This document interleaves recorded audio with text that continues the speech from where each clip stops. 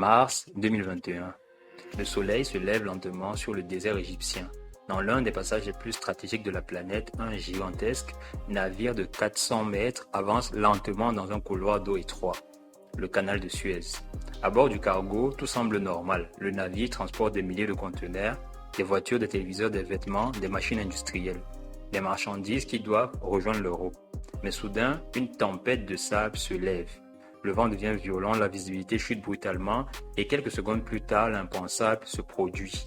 Le navire dévie de sa trajectoire, sa proue s'enfonce dans la berge, son immense coque pivote lentement et le géant d'acier se retrouve en travers du canal.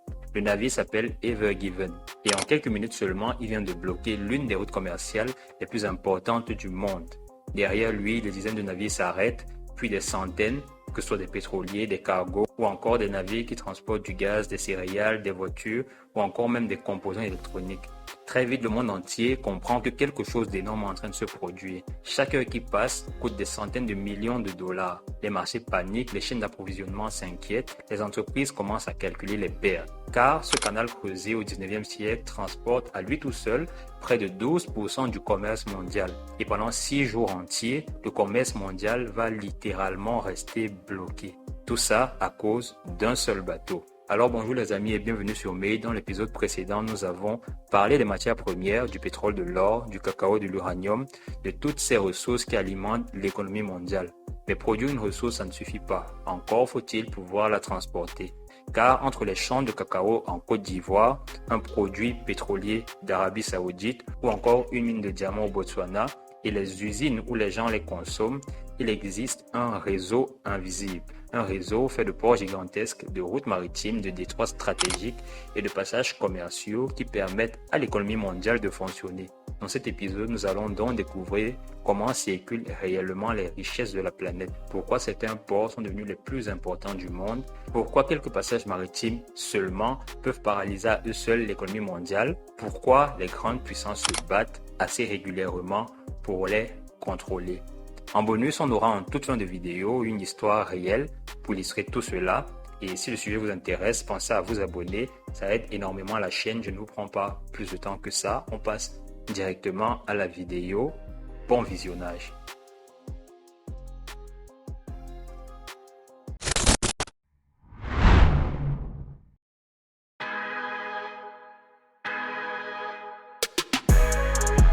Quand on parle de commerce mondial, on imagine souvent des avions, des camions ou même encore des trains qui traversent les continents. Mais en réalité, près de 90% des marchandises échangées dans le monde voyagent par mer. Et je parle bien de 90%. Et la raison est très simple. Le transport maritime est de loin le moyen le moins cher pour déplacer de grandes quantités de marchandises. Pour comprendre tout ça, imaginons une situation simple. Supposons qu'une entreprise chinoise fabrique 10 000 téléviseurs qui doivent être vendus en Europe. Elle pourrait les envoyer par avion, mais le problème c'est que cela coûterait une vraie fortune. Un avion transporte relativement peu de marchandises et le carburant nécessaire pour traverser la planète est extrêmement coûteux. Maintenant, imaginons la même entreprise qui passe par un porte-conteneurs moderne. Je parle de ces géants des mers qui peuvent transporter plus de 20 000 conteneurs en un seul voyage. Dans chacun de ces conteneurs, on peut trouver des voitures, des meubles, des vêtements, des ordinateurs, des machines industrielles ou encore des tonnes et des tonnes de matières premières. Autrement dit, un seul navire peut transporter l'équivalent de plusieurs milliers de camions. Et c'est cette capacité gigantesque qui rend le transport maritime incroyablement rentable. Le résultat, c'est qu'aujourd'hui, chaque jour, des milliers de cargos sillonnent les océans. Ils transportent du pétrole issu du Moyen-Orient, du gaz naturel du Qatar, du soja brésilien, du cacao d'Afrique de l'Ouest, des produits manufacturiers d'Asie ou encore des voitures européennes. Toute l'économie mondiale circule ainsi. Mais une fois que ces conteneurs sont chargés sur un navire, une question simple se pose. Bon, maintenant, où est-ce qu'on va? Parce qu'un cargo ne fait pas comme toi tu fais, à sortir Google Maps et à taper itinéraire le plus rapide pour aller d'un point A à un point B. Un navire fonctionne avec une logique très simple. Il quitte d'un port pour rejoindre un autre port. De Shanghai vers Rotterdam, de Singapour vers Los Angeles, de Dubaï vers Mumbai. Et entre ces deux ports, ils doivent suivre un itinéraire précis, un peu comme une autoroute sur l'océan. Ces itinéraires, on les appelle des routes commerciales. Et depuis les décennies, des cargos du monde entier suivent pratiquement les mêmes. Pourquoi? Parce que ces routes relient les endroits où on produit les choses aux endroits où on les achète. C'est un peu comme un système sanguin, mais pour la planète. Les ports représentent les organes, les navires sont les globules rouges et les routes commerciales sont les artères qui font circuler l'économie mondiale. Mais voilà le problème. Contrairement aux océans qui sont gigantesques, certaines de ces routes passent par des passages ridiculement étroits, des endroits où tous les navires du monde sont obligés de passer en même temps. Un peu comme un gigantesque embouteillage, mais cette fois-ci à l'échelle de la planète entière. Et si jamais quelque chose bloque ce passage, eh bien l'ensemble du commerce mondial peut se retrouver complètement paralysé. Et crois-moi, ça arrive beaucoup plus souvent qu'on ne le pense.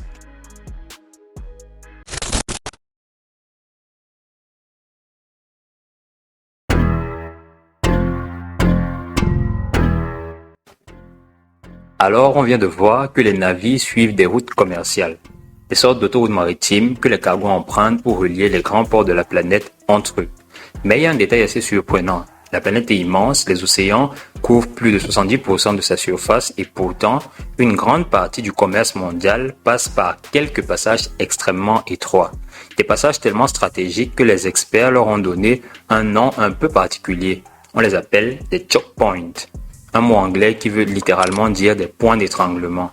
Et l'image, quand on y pense, est assez parlante. Imagine un énorme entonnoir. Tout le commerce mondial circule librement, puis soudain tout le monde doit passer par un trou ridiculement petit. Et c'est exactement ce qui se passe sur certaines routes maritimes. Prenons un exemple très simple. Si un navire veut transporter du pétrole du Moyen-Orient vers l'Europe, il doit passer par le canal de Suez. Sinon, il doit faire un énorme détour en contournant l'entièreté de l'Afrique. Et quand je dis énorme détour, je parle de plusieurs milliers de kilomètres supplémentaires, ce qui fait plus de carburant, ce qui fait beaucoup plus de temps et surtout beaucoup plus d'argent. Du coup, la plupart des navires prennent le chemin le plus rapide. Et c'est pour ça que des dizaines de milliers de navires traversent ce canal chaque année. Mais Suez n'est pas le seul passage stratégique.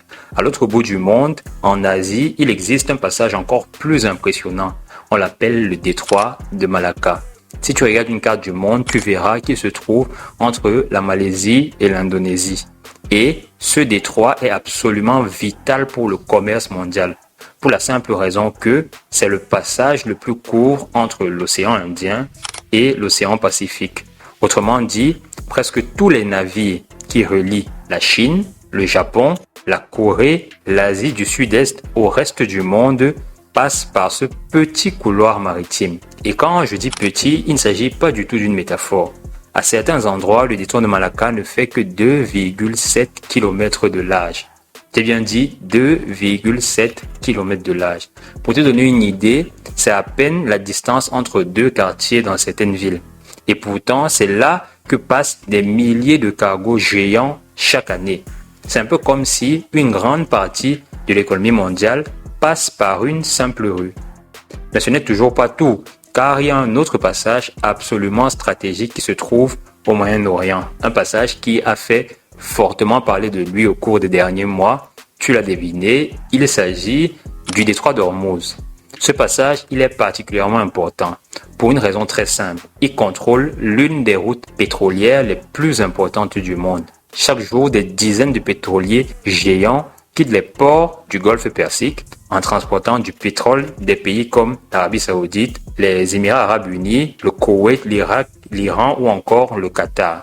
Et presque tous ces pétroliers doivent passer par le détroit d'Ormuz. Résultat, près de 20% du pétrole mondial traverse par ce passage. Un chiffre énorme. Ce qui veut dire que si ce détroit se bloque, comme c'est le cas en ce moment, les conséquences sont immédiates sur le prix du pétrole, immédiates sur le prix des denrées alimentaires, immédiates sur l'accès aux ressources de l'économie mondiale. Et quand on regarde la carte, on se rend compte d'une chose assez étonnante. Une grande partie de l'économie mondiale dépend en réalité de quelques passages très précis sur la planète, quelques canaux, quelques détroits, quelques routes maritimes. Et si l'un d'entre eux se bloque, les conséquences peuvent être immenses. Mais il y a un endroit où cette réalité est encore plus visible. Un endroit peu connu, un endroit où deux océans entiers ont été reliés par l'être humain. Un passage tellement stratégique qu'il a complètement changé le commerce mondial.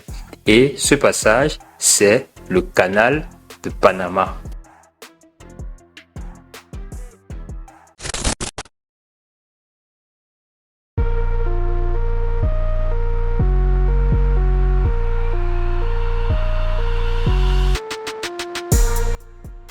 Bon, maintenant, imagine la situation suivante. Tu es capitaine d'un cargo, ton bateau transporte des marchandises entre l'Asie et la côte est des États-Unis, et sur la carte, ça a l'air simple. Mais le problème, c'est qu'il y a un continent entier au milieu. Parce qu'entre l'océan Pacifique et l'océan Atlantique, il y a toute l'Amérique. Et pendant des siècles, les navires n'avaient qu'une seule solution, contourner tout le continent américain. C'est-à-dire passer par le Cap Horn, tout en bas de l'Argentine, et crois-moi, ce n'est pas du tout une partie de plaisir. C'est un détour de plus de 13 000 km. Autrement dit, des semaines de navigation supplémentaires, plus de carburant, plus de risques et aussi beaucoup plus d'argent. Alors, au 19e siècle, une idée un peu folle a commencé à circuler. Et si on creusait un canal à travers l'Amérique centrale? Un passage qui relierait directement l'océan Atlantique et l'océan Pacifique. Un raccourci gigantesque pour le commerce mondial. Les premiers à tenter l'aventure, ce sont des Français, les mêmes ingénieurs qui avaient construit le canal de Suez. Mais très vite, le projet tourne au cauchemar. La jungle, les maladies, la chaleur, les glissements de terrain, des milliers d'ouvriers meurent et le projet finit à terme par s'effondrer. C'est finalement les États-Unis qui vont reprendre le chantier au début du XXe siècle. Mais il y a un détail intéressant. À l'époque, le Panama fait encore partie de la Colombie actuelle. Et la Colombie refuse que les Amériques construisent un canal à travers leur territoire. Du coup, les États-Unis font quelque chose d'assez spectaculaire. Ils soutiennent une rébellion au Panama et l'État du Panama est créé. Quelques jours plus tard, le nouveau pays signe un accord avec Washington, un accord qui donne aux États-Unis le contrôle total du futur canal.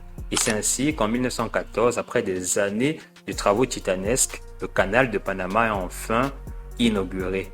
Et immédiatement, le commerce mondial change complètement.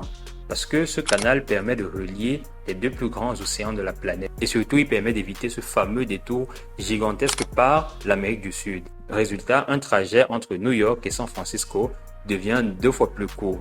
Des milliers de navires commencent alors à passer par ce nouveau raccourci. Et aujourd'hui encore, le canal de Panama est l'une des routes les plus stratégiques du commerce mondial. Chaque année, des milliers de navires l'empruntent. Ils transportent du pétrole, des céréales, des voitures, des conteneurs remplis de produits manufacturiers. Bref, une énorme partie de l'économie mondiale passe par ce tout petit couloir artificiel de 80 km à peine. Mais l'histoire ne s'arrête pas là, parce que pendant longtemps, le canal est resté sous le contrôle américain. Et c'est en 1999 que les États-Unis ont finalement rendu le contrôle du canal à l'État du Panama. Mais même après ça, Washington a toujours considéré cette zone comme étant extrêmement stratégique. Et ces dernières années, une nouvelle puissance a commencé à s'y intéresser de très près et cette puissance se nomme la Chine. Depuis une dizaine d'années, des entreprises chinoises ont investi massivement dans les ports et les infrastructures autour du canal.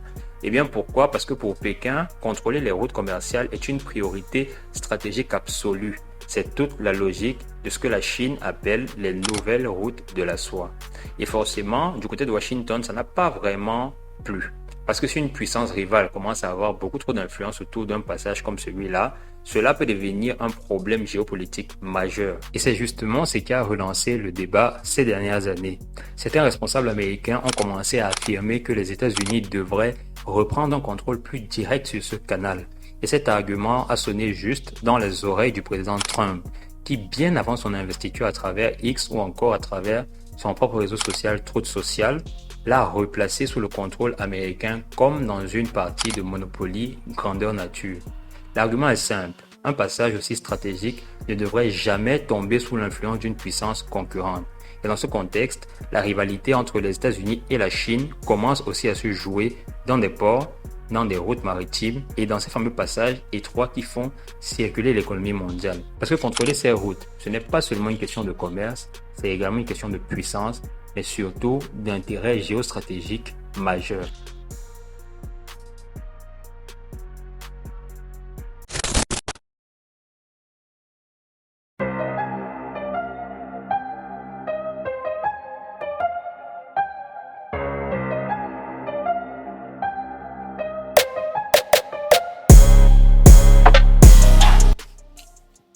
Bon, on On va boucler la boucle en revenant sur l'histoire du début. Pour comprendre à quel point ces routes sont importantes, on est le 23 mars 2021. Un énorme porte-conteneur traverse le canal de Suez. Le navire s'appelle l'Ever Given. Et quand je dis énorme, je parle d'un bateau de près de 400 mètres de long. Pour se faire une certaine idée, c'est un peu la taille de 4 terrains de foot amateurs. Ce jour-là, une tempête de sable souffle dans la région.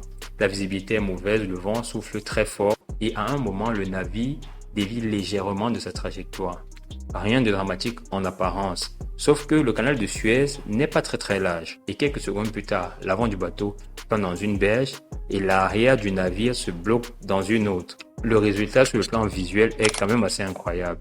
Le bateau se retrouve totalement en travers du canal, comme un bouchon dans une bouteille. Et soudain, l'une des routes commerciales les plus importantes du monde est complètement bloquée. Plus aucun navire ne peut passer. Derrière l'Ever Given, il y a des cargos qui commencent à s'accumuler, puis des pétroliers, puis des navires transportant du gaz, puis des porte-conteneurs remplis de marchandises. Et au bout de quelques jours, plus de 400 navires se retrouvent bloqués et pendant ce temps, le commerce mondial tourne au ralenti. Les usines attendent les pièces, les entreprises attendent les marchandises, les prix du transport commencent à grimper en flèche. Tout ça à cause d'un seul bateau coincé dans un canal. Il faudra 6 jours entiers et une armée de remorques pour réussir à libérer le navire. 6 jours seulement. Mais cet incident aura suffi à rappeler une chose très simple. L'économie mondiale est incroyablement interconnectée. Les matières premières, les navires, les marchandises, les ports, les routes commerciales, tout cela forme une immense machine. Une machine qui relie les continents, les industries et les consommateurs. Mais une question reste. Quand toutes ces marchandises circulent autour du monde, quand des milliards de dollars de ressources changent de main en main chaque jour, qui organise tout ça? Qui fixe les règles? Qui finance les échanges? Qui décide comment fonctionne cette immense machine qu'on appelle l'économie mondiale? Parce que derrière les bateaux, derrière les ports, derrière les routes commerciales, il existe un autre système, un système beaucoup moins visible que celui-là, mais tout aussi important, voire même beaucoup plus important. Un système fait de banques, d'institutions internationales et de marchés financiers. Et c'est justement ce système que nous allons explorer dans le prochain épisode. Pour ne surtout pas le manquer, pensez à vous abonner et à liker, ça fait toujours plaisir. Et on se dit à plus tard pour de nouvelles vidéos autour de la tech et de l'économie autour du continent africain et dans le cas d'espèce du monde.